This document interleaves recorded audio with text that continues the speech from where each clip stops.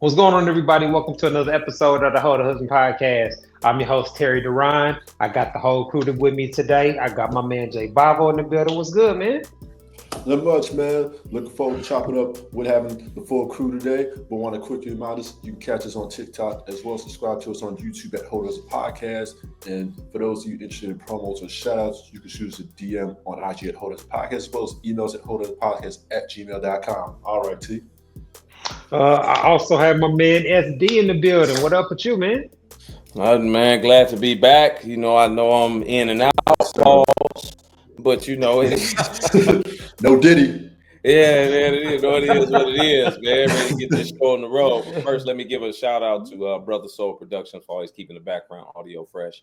And I want to remind you all to donate to the Hold a Husband Podcast on Cash App and PayPal. All right, T.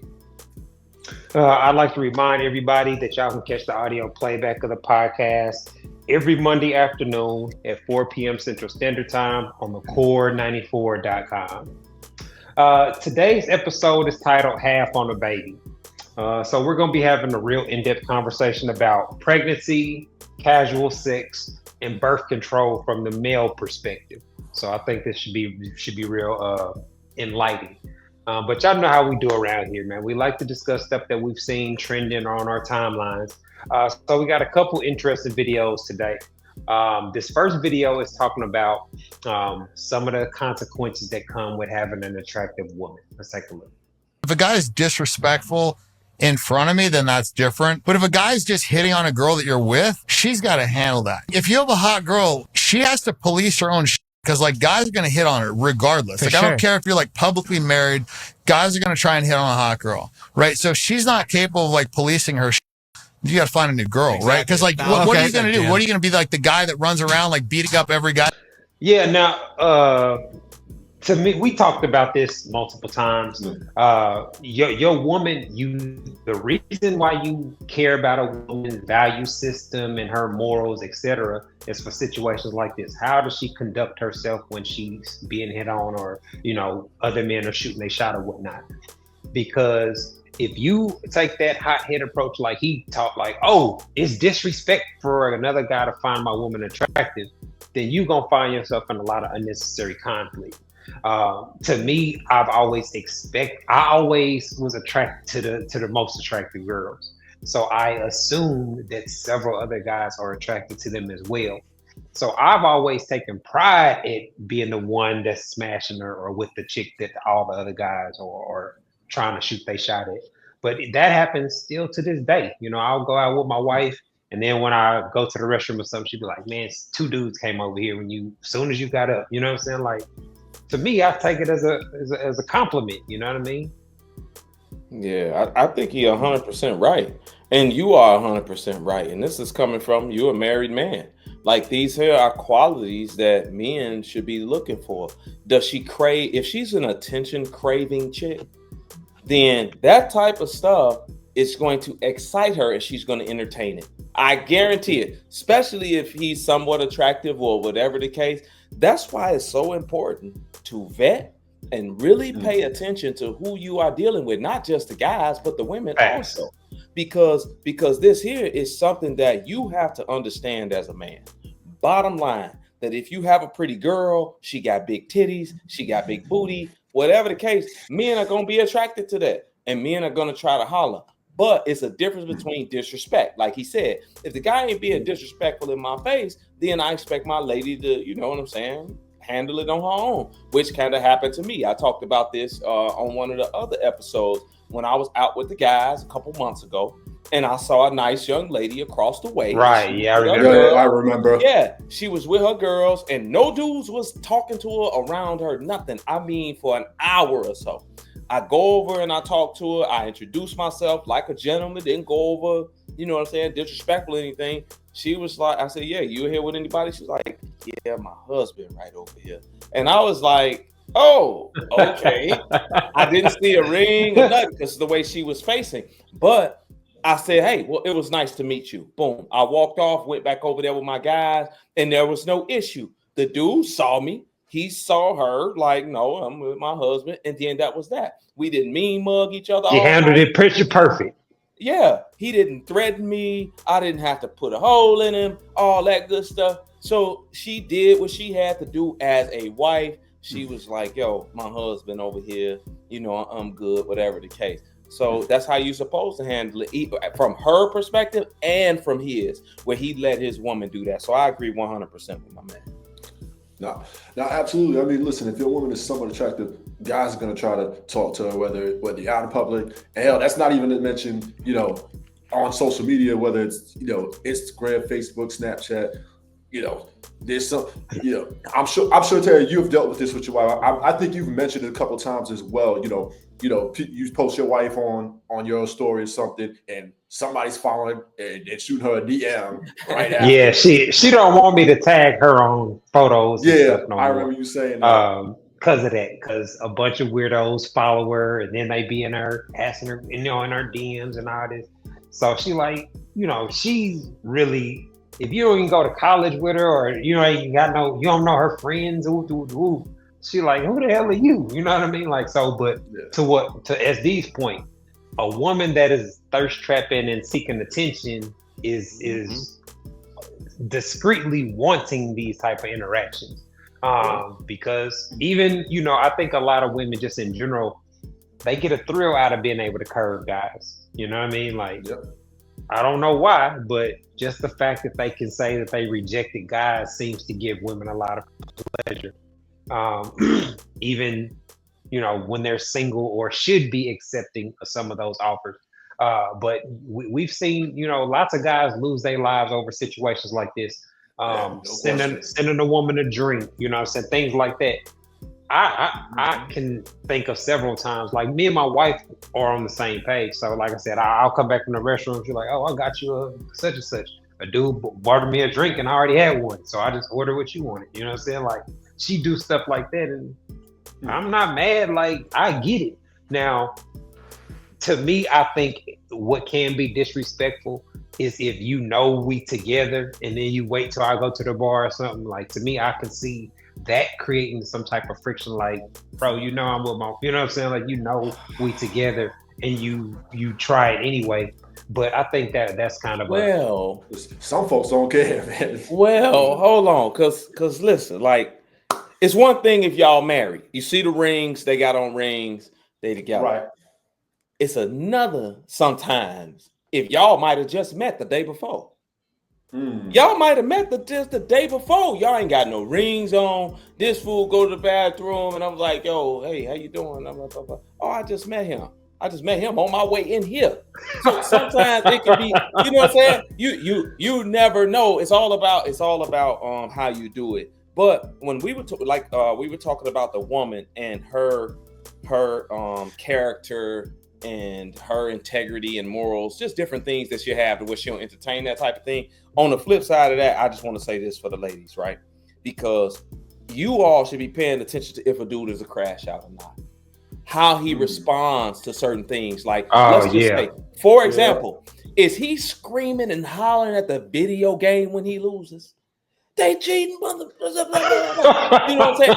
When he fly off the handle at that type of stuff, because I remember about a year ago, it was a story on social media where the dude and his girl went to Walmart. It was a guy in Walmart, and the guy was walking past. I don't even think the guy said anything. The guy thought he was looking at his girl's booty and wind up killing the dude in Walmart. Wind up shooting him. That's crazy. He's a certified crash out, but guess what? The girls know that these dudes be certified crash outs. Ain't no way that you don't see these characteristics and these mannerisms. A lot of them brag about that. Like, he'll go crazy behind me and woo.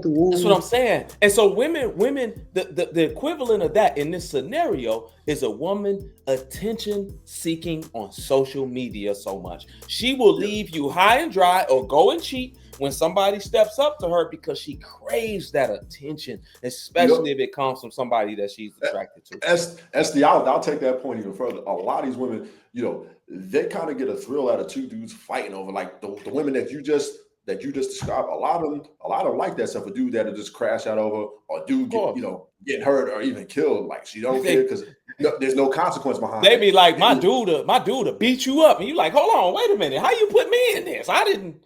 I wouldn't volunteer for this.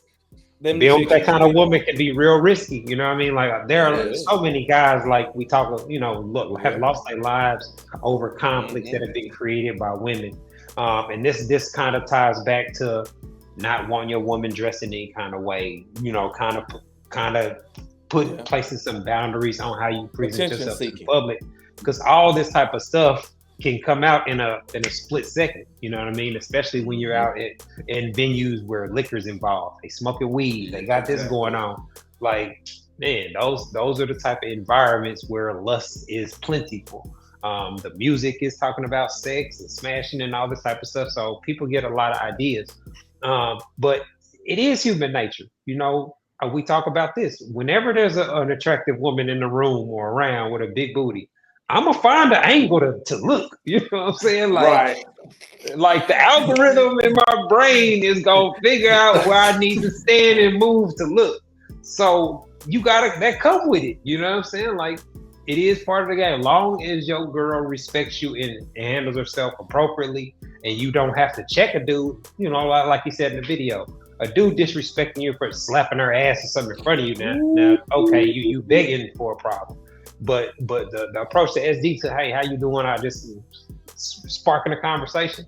Man, if you need to fight a dude for engaging in the conversation with your woman, you are, emotionally unstable, and you gonna have a lot of problems in life. Yeah, and ladies, during this time, your body language is so important. Your body language to dude is so important. You leaning, laughing, tapping, and hitting him on the shoulder. Listen here. Oh, you go call. The problem might not be between him and dude. It might be between you and him, depending on your body language. So all that tapping and you crazy. Hey, somebody else finna be crazy if you don't quit laughing in this dude's face like you ain't got no sense. I ain't never seen that many teeth. So your response and your demeanor. It could be one thing, like you could say one thing, oh, my man over there, you so crazy, my husband over, no, all that friendly stuff, cut that out. All right. Well, in your situation with the response the woman gave you, my husband's over there, that kind of sound like her response might have been different if he wasn't. So she didn't say I'm married. Like was the first thing. I asked her, was she by herself? So no, I asked her, would somebody be jealous of me talking to her? That's what I said. I said, you ain't coming, like you ain't in here with nobody that'll be jealous of me talking to you. She was like, well, my husband is over here. And I was like, yo, he over where? He was looking like. Yeah, see, to me, that seemed like her response, or she might have continued the conversation had her husband not been there. But that's just a observation, on how you describe the story. But yeah, man, that kind of stuff happens all the time. And I talk about my side dude experience all the time. You can peep, like he said, the woman's body language. The guys that are good at telling which women are attracted to them can spot that even when a woman's with a guy. You know what I mean? Mm-hmm. Especially that's when I hollered at her.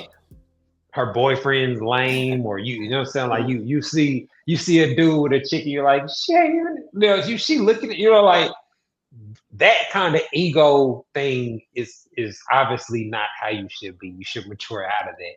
But if you and the dude in your whole phase and you see a lame with a bad chick, it does, stroke your ego to be able to go from that to actually smashing the chick.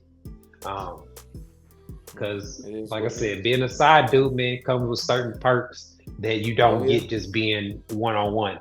The energy and the secrecy of it does create a unique scenario. You know what I mean? It ain't love or nothing like that, but you do have one-on-one jokes, and it does create a unique bond between y'all. All right, man. Let's keep things rolling. Now, this next video is a video of a friend of the podcast, the Mr. Let Go, where he's breaking down the difference between nice guys and good guys. Let's take a look. I need help with something. The difference between the good man and a nice man. is so confusing to me. The nice man is afraid of conflict and rejection, and because of that, he does not require compliance. And I'm not saying I always get compliance. I just make it a requirement. And if you don't comply, you just got to go. And the decision of you got to go is the thing that scares the shit out of nice guys. For a lot of men, rejection hurts more than anything. Why is the nice man nice? And why is a good man good? The good man's identity and his mode of operation is to do good things. And doing good things is like working. So he's just going to be moving and the work doesn't stop. So the thought process is, I got to go, and you either going to go with me or you're not. So a good man is always thinking forward. The nice guy is always thinking backwards, making sure she's following him. The good man doesn't give a shit. So the good man has a position, an agenda, and a direction, and you are not part of it. You can be part of it if you act right. And that's the key. The nice man needs you to be part of it. The goal of the nice man is to make you happy. The goal of the good man is to make him happy. So the nice guy is never going to be able to concentrate on his purpose because he's always worried about pleasing you, making sure you're happy, and making sure you're not mad at him. My job as a man isn't to pursue you, it's to actually live my life and show you how I'm living my life, include you in it. And after involving you in my life, you now have the option to either like it or leave it. So I involve women in my life while the nice guy revolves his life around the woman. Now, that was a very thorough breakdown with a lot of, direct and clear points made by Aaron. So good job on him on breaking down the difference. Absolutely. I'd say I agree with his definition, 95%. You know what I mean? I never really thought about, I guess if you genuinely a good dude, you don't spend a lot of time thinking about that kind of stuff because the way that I treat other people is not only applicable to women. I treat other dudes with respect. I can show up at the barbecue. Hey, I'm about to go get a brew. Anybody need a brew? You know what I'm saying? Like just things that show you I'm care about making sure other people are good. Like that's just a part of my personality. But in regards to dating the nice guys, to me, those were always dudes that struggled with women and were kissing ass to try to get them, trying to convince girls to like him. And so I observed very on. I never wanted to be that kind of dude where you just trying to convince girls that you're cool or whatnot. I would rather just sit back and chill and pay attention to who was paying attention to me. So I never really placed much thought on being nice or trying to be nice because when you're in a hoe phase, you got to cut chicks off. You have to have some type of reason to cut them off. So a chick that takes herself out the equation, to me, that just leaves more room for somebody new. So my idea on rejection was never, I never got an attitude over it. Like, all right, I needed a slot for Friday anyway. You know what I mean? A slot for Friday is crazy. This dude here, man, you know what I mean? His savagery just comes out every time. But listen, the nice guys are the dudes that don't have a backbone, kind of like what Aaron was saying. And a lot of times, those are the guys that like the woman more than she like him.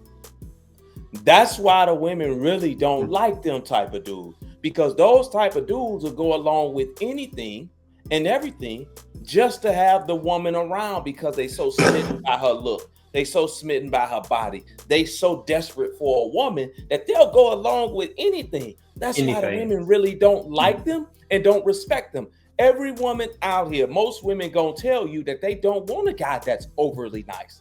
And so what happens is these dudes lack a lot of confidence, whether it's in their look, in their finances, in their swag, charisma, personality, whatever the case, they lack some type of confidence in themselves. And so what happens is they try to overcompensate with being nice and letting the woman get away with certain things, or buying her flowers and candy every time he see the chick, paying for some bills or doing something like.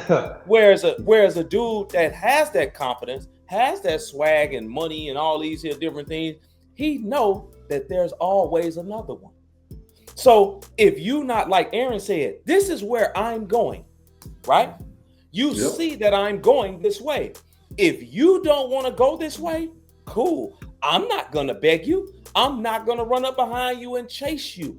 I have told you where I'm going, and it's up to you to decide if you want to go. If not, I'm not gonna cry, because it'll be another girl that'll want to go right behind you for guys like that. Whereas the nice guy, he don't get women like that, so he don't believe and don't have the confidence that he can get another girl like that. So they're gonna play that nice role. Whereas a guy that's got that, he gonna be like, nah, I'm gonna be a good person. I'm gonna do good things for you and be nice with certain things, but I'm not gonna benefits be overly that come nice with that. Yeah, because the woman has to admire and look up to the man. She cannot do that if you are looking up to her because you're so nice and so smitten by her. That's why the woman gotta like the dude more than the dude like her. Otherwise, it ain't gonna work. Absolutely not.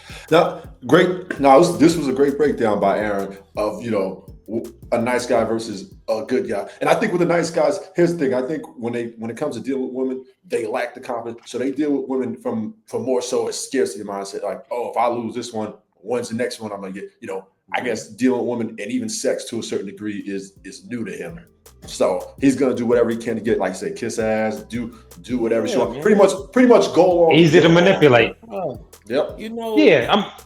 Listen, hold on real quick. Beating off on a daily gets frustrated for these dudes. You know what I'm saying? So when they get a hold of a chick, they like, yo, let me see if I can keep this by any means necessary, because they tired of seeing me at Walmart get cases of baby oil.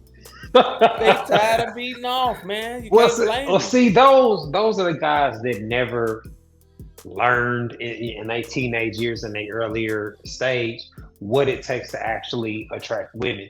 And the guys that have success learn from those guys as well. You learn what not to do. You learn how not to present yourself to women, because from the male perspective, it's a trial and error thing. Like, everybody don't start out being successful women, learning how to be witty, how to make them laugh, how to keep them engaged in conversation. All those type of things come with practice. That's why they're skills. But that attitude to where you genuinely don't care if a chick don't call you no more or don't have sex with you no more. Like, those choices and decisions that a guy that really feels like that make is very different than a guy that's trying to fake it till you make it. And women can spot it. You know what I mean? Like, you see a lot of the stuff where they'll block a guy and have the expectation, you better find some way to communicate with me, communicate through Cash App and all this type of stuff. Man. Because those nice guys will do that. Yes, I'm sorry, $1. I'm sorry to you. They'll actually do the kind of stuff that we think is ridiculous. Yeah, it's ridiculous. I had this chick, right? And this here happens quite a bit. I had just met her. We had started talking, whatever. Nice. She about 8.5. Nice. Body. 8.5, 9. Nice. Workout, everything. She said, hey, if we went out and it got cold, would you give me your jacket? I said, it depends if I told you to bring one or not. She was like, what you mean? I said, well, I tell you that it's going to be cold in the movie theater and you should bring a jacket, and then you decide, I'm not going to bring a jacket, I'll be okay.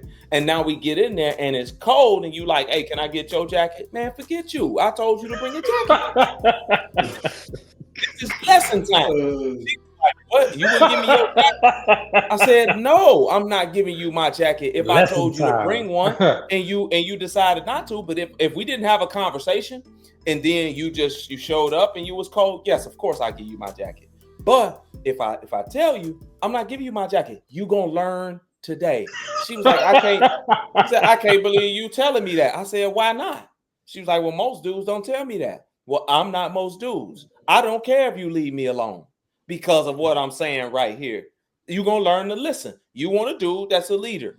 This is how I lead. I see things ahead of time and I try to cut off the possibilities of you being cold or danger or whatever. If you don't listen, it's on you. So if you want a dude that's going to bow to you like you've had all this time that ain't worked out, go back to him. Otherwise, bring the jacket and shut up about it. Hey, listen, she was so turned on by it. She was so turned on by it that she was like, I can't wait to go out with you. I'm like, I bet you can. I bet you can. Hey, I was just about to say, man, being authentic like that, sometimes you're shocked when you brutally honest with a chick. Sometimes their reaction can be like because that was funny. I remember when me and my wife were just kicking it, and I remember one day she had asked me, she's like, just kind of randomly, like, are you having sex with other girls? And I was so shocked she asked me. I was like, yeah, like a no-brainer type of question. And Like, she of course I did. she kind of looked kind of surprised that I reacted that way, but I couldn't believe you even had the nerve to ask me that. But she respected that I was honest, and like it all aligned with my reputation and my history. So like, nah, I'm single. You know what I'm saying? Like, I'm very adamant about being single. But that honesty and that being authentic, like you said, it usually comes with positive results, because those are one of the characteristics that a good husband and a good father has. Like, sometimes you are gonna get cut off for something you say to a chick. You know what I'm saying? Telling her no, telling her you're not gonna do something or give her away, and that's cool. Because if you look at it from you just saved me from a long-term problem perspective, then you good either way. Yeah, this chick said, would you ever cheat? Would you, if you was in a relationship, your wife wasn't giving you sex, would you cheat on her? I said, probably. She was like, what? I'm like, hey, listen, man, I can't say, you know what I'm saying? I know you want me to say, no, I never cheat. But in the situation, like, I don't know. Maybe. I'm like, maybe. I don't know. But the odds of it definitely increase. Yes, I'm like, no, she's not giving me sex. Probably, maybe. Like, I'm not gonna tell you no, like a sucker. Oh, I never do that. I sit there and beat off while I'm married. I'm gonna get rid of shorty. That's what I'm gonna do. I'm gonna get rid of you. So you know what I'm saying? It's that shock value, kind of like Terry is saying. Like, it's the honesty, it's the shock value, all of that type of stuff. A lot of women, especially when they're really pretty, they're not used to men being honest with them. We know it. We know they're not used to men being straight up honest with them. Not at all. Yeah, they used to men telling them what they want to hear just so they can be around them. And when a dude ain't like that, telling them what they want to hear. What's the word for that? Pandering. Isn't there a term? Pandering. Pandering. Oh, yeah, okay. All right. It's detrimental. It's detrimental to them. That's what it is, bro. So you ain't getting that over here. All right, man. It looks like we up against the clock. We about to take a quick break. When we come back, we're going to be getting into tonight's topic, Half on a Baby, where we're having a discussion about pregnancy, casual dating, and birth control from a male perspective. You are tuned into the Hold a Husband podcast. We'll be back in a minute.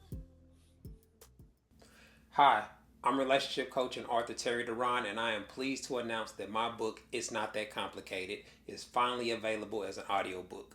So if you don't like to read, or you just don't have time to read a paperback book, this audiobook is perfect for you. You can listen to it while you're in your car, while you're at work, etc. In the book, I break down how husband material men think and operate in regards to sex, love, and relationships, and I provide real quality insight on how husband material men approach dating. The audiobook is available on audible.com and on iTunes. All you have to do is go to one of the websites and search for my name, Terry Duran. Go download your copy today. All right, everybody. Welcome back to the Hold a Husband podcast. Tonight's episode is titled Half on a Baby. And so we just going to be having a real candid conversation about birth control, how that impacts casual dating, and, what that's like from the male perspective, where we have a very limited say on what actually happens. I wanted to have the conversation because a few episodes back, we kind of got into the topic of birth control just a little bit, but I wanted to talk about it because I'm one of the only people that I know that was actually married and planned to have their first child. And so over the years, I've noticed how rare that is, and I've observed that most people, married or not, their children are usually just slip-ups or accidents. So I just wanted to talk about it from a married man perspective and get y'all's thoughts on the birth control as a single man with kids and a guy that still doesn't have any kids at all. I'll start you, SD. I know you real big on STDs and protection and all that upfront information about a woman. What are your conversations and thoughts about birth control like? Birth control, man, I done had a vasectomy for 4-5 years now. So I got my own birth control at this point. So I don't really care. You know what I'm saying? She could have the depot, the shot, the pill, the patch. She could have the AED. She could have whatever she got. At that point, I don't really care, but I'm not, I'm just not a raw dog king. You know what I'm saying? I don't get down like that. You know what I'm saying? I really gotta be like dug in with shorty to be doing that. Otherwise, hey, get my protection over here, and that's after I see the my chart information anyway. So, but in my younger years, you know what I'm saying? That's how I got my, my sons. My first one especially, I talk about him. You know what I mean? Because my pullout game is horrible. I'm not gonna lie to the people. It is horrible. You know what I mean? That last hump always gets you. You know what I mean? You think you got one more hump left, and that be the one where you got the spillage. So, I think, birth control, the guys, man, especially when you get older, it's just something that you got to pay attention to. Because like you said, most people have unplanned babies, especially in the Black community. In the Black community, we got the most babies, out of wedlock babies than anybody out here, because people just want to have a good time, which is cool, because people enjoy sex and want to just have sex, which is cool. But at the same time, we also have to be educating and letting people know, especially from a single dad that went through a lot of different things early on, like this is not the route that you want to go when it comes to having a child this way, because it puts stress on y'all relationship that was already rocky from the beginning. And then it also disadvantages the child more than anything to be apart like that when things aren't planned that type of way. And 70% of the time, when y'all ain't married and y'all have an out of wedlock baby, y'all break up within the first 2 years. So it's just one of those things. Oh dang! I didn't know the numbers was that high. I didn't know it's high. That's a high percentage. It's very high. So talk to people that's co-parenting or people that got kids. Most of them ain't together. True. Most of them ain't together. So that's why marriage, in my opinion, is the best option. But even your situation, SD, is a little different because you have a pretty good co-parent relationship with the mother of your child right now, right? But a lot of folks don't. A lot of folks don't have a good relationship. Like the relationship wasn't like that with the first one. Man, heck no. Man, listen. We talk about 99, 2000, 2001. We were 17. 18, 19, like we were young. Like it wasn't just her, it was me too, because I wasn't the best dad. I was a weekend dad. So what does that do? It put a lot of stress on the mom. That's also a child. That's also a kid, not a child, but a kid, right, a young adult like that. So it wasn't just her. So I was putting a lot of stresses on her by not being there as a man. And in turn, what do most women do? They gonna cause you some struggles because you causing them some struggles. So I can't just, it was just one of them situations. Whereas when my second son came, I was 32 or something like that. So I learned a lot. My other son was 14 at the time. So it was like, okay, even though we not gonna be together for this here, listen, I want him half the time. I want you to have just as much free time as me. These are things I went to her with. I want you to have just as much free time as me. Hey, this here is what I make. This here is what I think is fair as far as money. I'll give me your account number. I'll put it into your account every time I get paid. Come right in, no problem. That way I ain't got to deal with it. We talked about. She said, "Hey, that's cool." But it's been like that since 2012.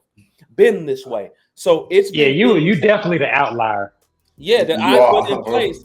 so that we don't have any issues. There are no problems, and it's because really that I take the brunt of that, being the man, being the leader, because of the things that I put in place. I don't ask her what she's doing, where she going, who she going with. It's not my business, and I don't call her out her name or disrespect her any kind of way. So I don't have no issues. We ain't got no reason to argue. So that's why it's different than when it was when I was 17, 18 years old. Gotcha. So Well, yeah, that's what's up, man. That's always something that I was real big on. I think being somebody, my dad died when I was 4 years old. So growing up without a dad, that I always thought about being a dad and what kind of dad I wanted to be to my kids and whatnot, being involved. I would have thoughts of, watching Cosby Show and watching different things. Coming from poverty, I would have dreams on what kind of job I wanted and what kind of careers I wanted to have. And so I was always I put a lot of thought into minimizing pregnancy. And so I don't know how many other guys did this, but one of the things that when I was really young, I leaned more into oral sex than actual sex because in my brain, it decreased my chances of getting a chick pregnant. I had friend relationships where we would just give each other head and smoke. Like we had sex like once or twice, but I had relationships that lasted with girls for years where it was primarily oral sex. Oh, Terry, boy, I swear every time we get on. So That's smart though, right? I ain't saying that ain't smart. I've never would have thought of that. So now it makes sense. It makes sense. You've been letting chicks ride your face into the mattress for a long. That's why you ain't got no mustache. They done rubbed all that off. They done rubbed your face into the mattress so much you can't grow no face right there. I see it now. But hey, man, it is smart though. You get to get a nut, she get to get a nut, and you ain't got to worry about no babies. Like that's like when you actually logically think about it, yeah, it makes sense to do it that way. You know what I mean? So a lot of women, won't be cool with that, but more power to you. But in our community, I would rather people did that. They keep busting out these here kids, like, and I can't, and I'm not talking from a place where I'm better. Like I said, I got 2 kids out of wedlock. So I'm right there with these. Like I'm right there. So I just know that the situation of it all, becoming single parents out of wedlock is just detrimental to the kid and the relationship because it adds more stress. And one more thing that I forgot to mention that I did to make our relationship so peaceful and healthy and everything was that I stopped trying to sleep with her. I stopped talking about it. Hey, I stopped. A lot of dudes never get over that. Yeah. Like they have this. If we have a baby, we are locked in forever. No. That's a big thing. Yeah, it is. I haven't for my son's mom. Haven't touched her since 2012. Haven't even tried because when I'm like, all right, that's it, we done. That keeps a lot of emotions. It keeps a lot of feelings out. Okay, we removing these here type of feelings and emotions. So now you ain't got no problem if you see me out with a chick because I ain't been trying to get my family back. I ain't been trying to put my thumb in your butt. I ain't been trying to do none of that. So you ain't got no reason to trip. Yeah. But you know what? A lot of dudes can't do that. They want to have, whenever they ain't getting none or, they just need a 2 a.m. booty call, they can go call their baby. And that's what a lot of them do, right? You was able to just say, hey, no. Because at sex. Yeah, because they know she usually want to be back with them a lot of times. Exactly. At some point. Probably. So, Jay, let me ask you something. Because you single and we talked about kids before. Is that one of the reasons why you don't want to date a woman that has kids, a single mom? That definitely plays a factor in it. Okay. The nature of the relationship with the baby father, is it a dysfunctional, especially if he's not really there now. Because that responsibility is going to fall on me at some point if we're going to date serious. True. If there's an absentee father. Yeah. That's another part of it that I don't think a lot of people think about. Because it's so far down the line from when you're actually creating the child. But you're right. And I guess after I'm done, I wanted to shoot this to you, SD. But a lot of guys or a lot of the conflicts be with you got other people around my kid, who you got my kid calling another man daddy, and those type of things. I was gonna say, did you ever have those kind of issues, or how did you resolve that? I did. How I resolved it was that I realized I couldn't control it. When I realized that it was nothing I could do, that's when I let it go. Because, in the beginning of my youngest son, it was talked about, hey, if we got anybody around, we'll let each other know and blah, blah, blah, blah, blah, blah, blah. Cool. Because I ain't want no dude around my kid. You know how that stuff type of go. You know what I'm saying? Yeah. Right? No. So then, I turn up, my boy 4. And he like, yeah, me and mommy went to Jermaine house. Who in the world is Jermaine? Like, he already been around this dude, and there's nothing that I can do. Even if I call her and talk and like, yo, what's going on? It causes a problem because now it's like, hey, I'm doing this. So I just you got to trust their judgment in the situation. That's really what you got to do. And at some point you'll meet that person at whatever point that is, and then you'll go from there, because there's nothing you can do about it unless you want to go cause trouble. Unless you want to go cause trouble and possibly get into a physical altercation, or somebody getting hurt, or possibly losing their lives, there's nothing you're going to be able to do about it, and that ain't the best route to go anyway. So I hear dudes say it all the time, right? Another thing I hear dudes say all the time is that, if they are giving her money, they don't want her spending the money on herself. Going to get, like, it's one you of them. You can't control that either. You can't control it. So therefore, it's no point for me to trip about something that I can't control what she does at her house. I'm not sitting over there. I don't know who she got coming over. I don't know who she talking to. Therefore, I just have to trust her judgment on who she's decided to talk to.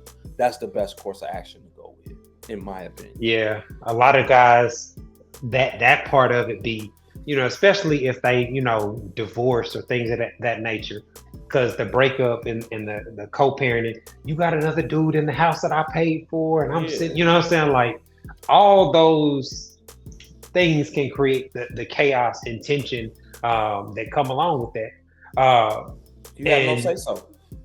Yeah, and I was gonna say with the social media era that we in, man, if you beefing with your baby mama and she take it to social media, man, that could be a nonstop. That could lead to legal, police getting involved in your business. That could, evidence being used against you. Like, all these type of things can stem from people being in their feelings and a situation that really just started with an accidental pregnancy. That's why it's so important to at least think about those things on the front end, because it is a big deal, man. Having I've seen friends that go through it. That have had to sell houses and do this to pay lawyers and all this. I used to think it was a poverty thing. Like, if you wait till you got a good job or you got a career to have a baby, you should be good. Nah, that just means you pay more, or it costs more money. Yeah. So it's the same problem, just with a bigger price tag. For sure, absolutely. And another thing is that a lot of men don't understand is that, a lot of times with these here babies, with these here kids that you have very little say so in what happens with that kid, unfortunately, unless she allows it. Unfortunately, that's just the way that it goes through the court system and most things, that you have to fight for a lot of different things as a dad, because the woman is typically the custodial parent from the jump. So you have to fight not to pay money. You have to fight to see your kid. You have to fight to have, the visitations and all these here different things. So it's just one of them things. She's in control of where he go to school at. Where they go to the doctor and all these, what religion they gonna be, what they gonna have them believing in, and if they want them, you know what I'm saying, to be. I never even thought about that. Yeah, pro LBGT as a child and all this here. Like, that's a lot that they got a hold of that they can keep you on the outs from as the man. But this is why it's important, because this is a choice that you make when you lay down with a woman. Like my mom used to always tell me that. Yeah, like anytime you lay down, she said there's a chance that you could create baby. And so I thought about that even during my whole phase. Yeah, the concept, the choices. So this is the thing, right? Everybody got choices. The man and the woman has choices in the matter of when they lay down with somebody. Yes, they do it together, but the after choices of the fact you have no control over if she wants to have that baby or not. If she has that baby and wants to alienate you, you really have very little choices when it comes to that. And as a man, you kind of got to suck that up. She don't want that baby or whatever. But on the flip side of that, the woman, you have no choice over whether he stays or not. You have no choice over whether he wants to take care of that baby or not. So on the flip side, you put yourself in that position. Now you can't be mad at the choices of somebody else because you got choices also that you decided to make. So you have to take that into consideration. And that's Steve, man. You said a whole lot, man. I think what you really highlighted there for both men and women, man, the importance is just finding the right partner to really procreate with. That's making sure y'all on the same. That's tough. That's tough, Jay. See, that sounds good, but that's I think that's really hard to do because the things that cause you to link up with somebody and to view them sexually don't have nothing to do with their parenting skills. You know what I'm saying? Like when you blowing the chick back out, you ain't thinking about her mom's skills. And that's usually last thing on my mind. That's what I'm saying. It's so tough. It's so tough because y'all sleeping together. So you ain't thinking about, like Terry said, her not just her mom, forget her mom's skills, like what type of woman she'll be with a kid towards you. If she'll be fair. If she'll let you see the kid, you ain't thinking about that. Y'all just having fun. Neither one of y'all, she don't know if you're gonna be a deadbeat either. She don't know if you're gonna walk away either. Like it's things that she ain't thinking about either. So that's tough. Even though that should be what people thinking about, because really when you having sex, that's the outcome that sex is really intended for. It ain't really intended for pleasure. It's just pleasurable. True. It's really intended so that you can procreate and make kids. But people don't think about it like that. People think about it on the pleasure side first, and then kids is secondary. So that's why you have the kids that come first, because most of the time the chicks ain't getting pleased anyway. So